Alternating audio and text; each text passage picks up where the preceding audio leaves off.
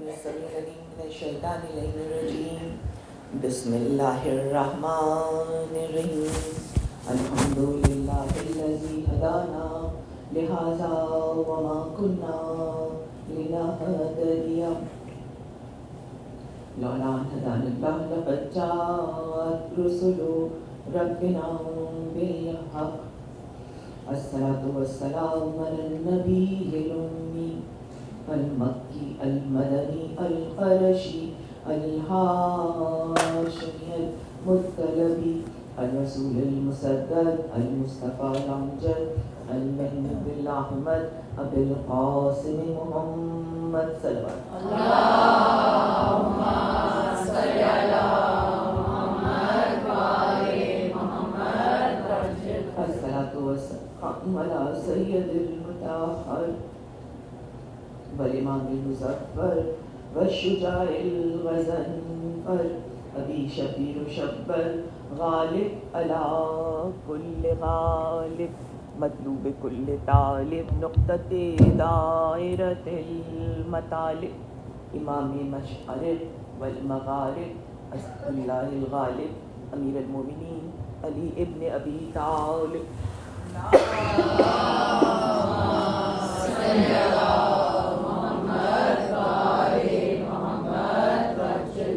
الصلاة والسلام على صاحب دعوة النبوية وصالة الحيدرية والعصمة الفاطمية والحلم الحسنية والشجاعة الحسينية والعبادة السجادية والمآثر الباقرية والآثار الجعفرية والعلوم الكاظمية والحجج الرضوية والجود التقوية والنقاوة النقوية والهيبة العسكرية والغيبة الإلهية القائم بالحق صلوات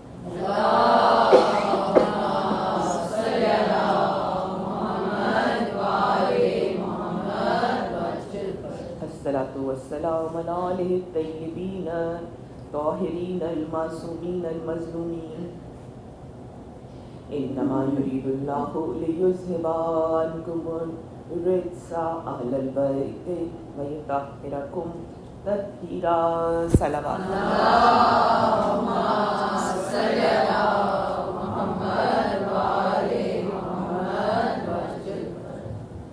مومنات کرام السلام علیکم ورحمۃ اللہ وبرکاتہ. تمام در تعریف اپنے پروردگار کی، اپنے پیدا کرنے والے، اپنے مالک، اپنے آقا، اس کی جو ہر جا موجود ہے، جو ہر سانس میں شمار کرنے والا ہے، ہماری نیتوں کو، ہماری خواہشوں کو، ہماری اسٹرگلس کو دیکھنے والا ہے. جتنے اپنے پروردگار عالم کی آپ حمد کیجیے اور جتنا اس کی صفات پر غور کیجیے، یقیناً یہ اس سے نزدیک ہونے کا ایک طریقہ ہے. ہماری آج کی گفتگو کا عنوان عزاداری 21st سینچری میں، خصوصاً عزاداری 2024 میں.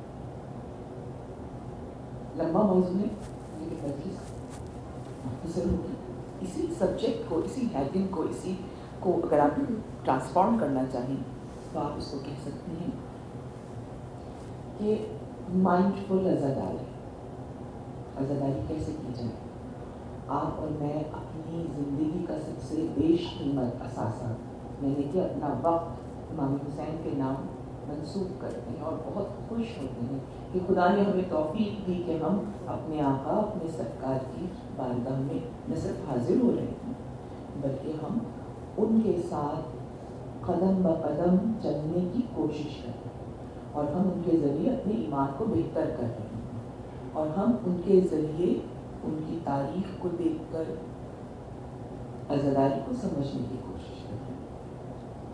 2024 میں ایسی کیا خاص بات ہے جو کہ آپ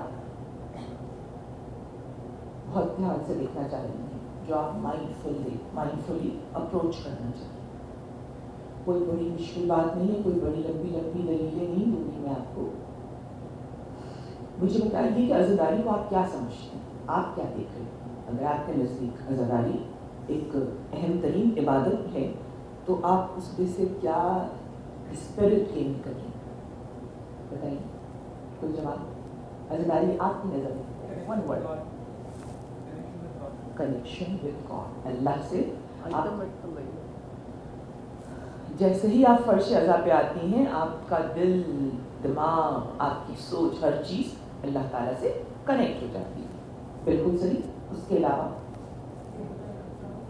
صبر سکھاتی ہے, اپنے آپ کو طاہر کرتے ہیں, پیوریفائی کرتے ہیں. کیوں؟ اس لیے کہ یہ فرش منسوب ہی ان سے ہے جو کہ جن کی طہارت, جن کی پاکیزگی, جن کی عظمت, جن کے تقدس کی قسم اللہ تعالیٰ نے کھائی ہے. اور کسی معمولی چیز کا نام لے کر نہیں کھائی, بلکہ اپنی عزت اور اپنے جلال. یہ دونوں چیزیں جو ہیں آپ کو پورے قرآن میں کہیں نظر نہیں آئیں گی جہاں جہاں قسمیں خدا نے کھائی ہیں, لیکن عزت اور جلال صرف ایک جگہ نظر آئے گی جب آیہ تطہیر کا نزول ہو رہا ہے. رائٹ.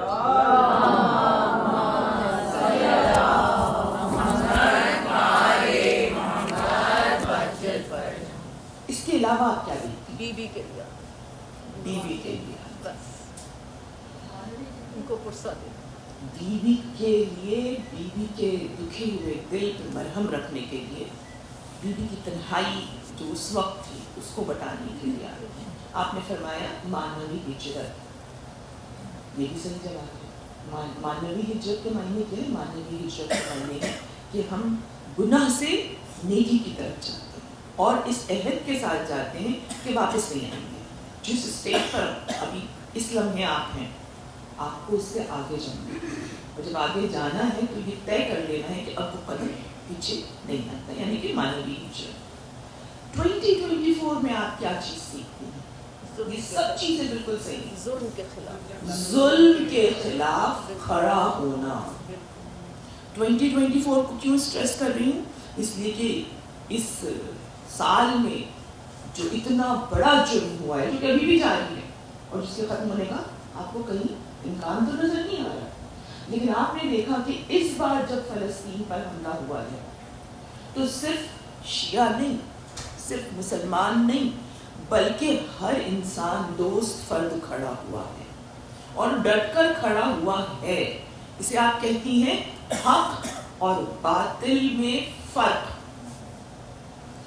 آج کے دور کی عزاداری, اس سال کی عزاداری, اور یہ ہر سال اسٹرانگر ہوتی رہے گی, یہ عزاداری مجھے اور آپ کو کھڑا ہونا سکھا رہی ہے. یہ عزاداری مجھے اور آپ کو کمفرٹ زون سے نکال رہی ہے.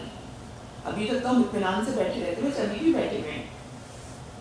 شکر ہے خدا کا, اس کا لاکھ لاکھ کروڑ کروڑ شکر ہے کہ ہم اس آزمائش کی 0.000% بھی ہم نہیں گزر رہے جس سے مظلوم مسلمان کسی بھی گوشے میں صرف کس بات کی, کس جرم کی سزا اٹھا رہے کہ وہ مسلمان. لیکن شکر ہے کہ ہماری آنکھیں کھلنا شروع ہوئی ہیں اور ہم نے ایک چیز سمجھ لی ہے, اور وہ چیز کیا ہے؟ وہ چیز یہ ہے ستیزہ کار رہا ہے ازل سے تا امروز. ستیزہ کار جھگڑا کر رہا ہے, لڑائی کر رہا ہے. ستیزہ کار رہا ہے ازل سے, یعنی جو پہلا دن تھا کائنات کا, کریشن کا, ہماری کریشن, امروز آج کا دن, اس دن سے آج تک جھگڑا چل رہا ہے. چراغ مصطفی سے شرارے بولا کبھی. مجھے پتا نہیں میں نے اس طرح سے ادا کیا چراغ مصطفی وقت پہلے یا شرارے بولا کبھی. مطلب اس کا یہ ہے کہ صرف 2 کیمپ ہیں, صرف 2 کیمپ. میں اور آپ پوری کوشش کرتے ہیں کہ ہم تیسرے کیمپ میں رہیں. پہلا کیمپ حق کا ہے, دوسرا باطل کا ہے. ایک کیمپ ابو لہب کا ہے, دوسرا کیمپ سرکار کا ہے. رائٹ. یہی رسالت آپ صلی اللہ علیہ وآلہ وسلم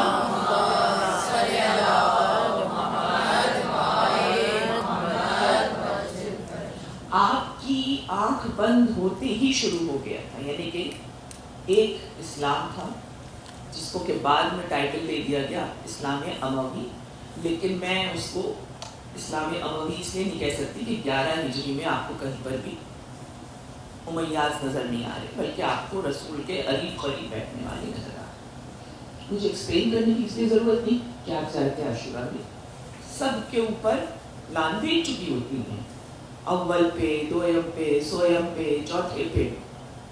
آپ کو پتہ ہے کہ اسلام کے کون سے بڑے دشمن تھے جو کہ اس وقت امام علی کے سامنے کھڑے تھے، لیکن آپ دھیان دیجئے جس وقت انہوں نے ظلم امام علی پہ کیا تو انہوں نے امام علی پر پہلے اٹیک نہیں کیا تھا، بلکہ انہوں نے ان کے گھر پر اٹیک کیا، اور وہ گھر کس کا تھا؟ سیدہ زہرا کا گھر تھا۔ تو آپ نے چال دیکھی، چال کو تو آپ جانے دیجئے، ایویڈنٹ ہے، لیکن جو نوٹ کرنے والی بات ہے وہ یہ کہ اسلام پہ خود امام حسین کہتے ہیں کہ جب اسلام پہ وقت پڑا ہے تو چونکہ ہمارے گھر میں، ہمارا گھر مہبت وحی ہے، یعنی وحی اترتی ہے، ہمارے گھر میں فرشتوں کی آمد و رفت رہتی ہے، اسلام ہمارے گھر سے شروع ہے۔ میں ایگزیکٹلی کوٹ کر رہی ہوں امام کے الفاظ جو امام نے 27 رجب کو مروان بن حکم کے اس مشورے پر جب اس نے کہا تھا حسین آپ کی بچت اسی میں ہے، لفظ دوسرا کو استعمال کیا تھا، لیکن اس نے کہا تھا آپ کے لیے بہتر یہی ہے کہ آپ خلیفہ کی بیعت کر دیں، یعنی کہ کیسے؟ تو امام نے یہ 5 جملے کہتے جو میں آپ کے سامنے عرض کرتی ہوں۔ امام نے کہا تھا کہ ہمارا گھر اسلام میں محبت وحی ہے، یعنی یہاں وحی آتی ہے۔ دوسرا جملہ کہا تھا کہ ہمارے گھر میں فرشتوں کی آمد و رفت رہتی ہے۔ تیسرا جملہ آپ نے کہا تھا کہ اسلام ہمارے گھر سے شروع ہوا ہے۔ عجیب سی بات نہیں، اسلام تو آدم سے شروع ہوا ہے نا، لیکن اس بات کو جو امام کہہ رہے ہیں اسی اسٹیٹمنٹ کو آپ جا کے حدیث قصہ میں ڈھونڈ گے، آپ کو پورا اسلام حدیث قصہ میں نظر آتا ہے، پورا اسلام بہت ذمہ داری سے۔ ہاتھ میں قرآن ہے، آپ کو پتہ ہے میں کوئی خطابت نہیں کر رہی، میں حقیقت بیان کر رہی ہوں۔ اگر آپ غور کرنا شروع کریں تو جہاں اللہ نے عزت کی، جلال کی قسم کھا کر گواہی دی، پاکیزگی کی، وہاں کیا تعارف کرایا تھا؟ یہ مادن رسالت ہے، یہ رسالت کی کان ہے۔ اب رسول پہلے آ چکے، لیکن ابتدا یہاں سے ہوئی تھی ہدایت کی۔ کہاں ہوئی تھی ابتدا؟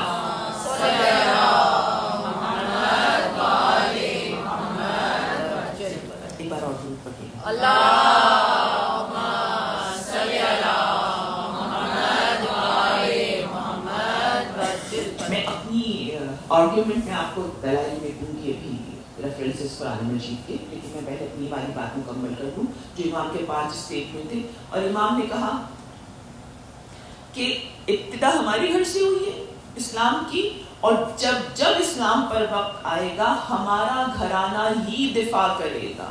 آپ پوری دنیا میں جنگوں کا حال دیکھ لیجئے، کبھی کوئی یہ نہیں کہتا کہ میں اپنے گھر کو آگے کر رہا ہوں، ہمیشہ دوسرے لوگوں کو بلایا جاتا ہے، رائٹ؟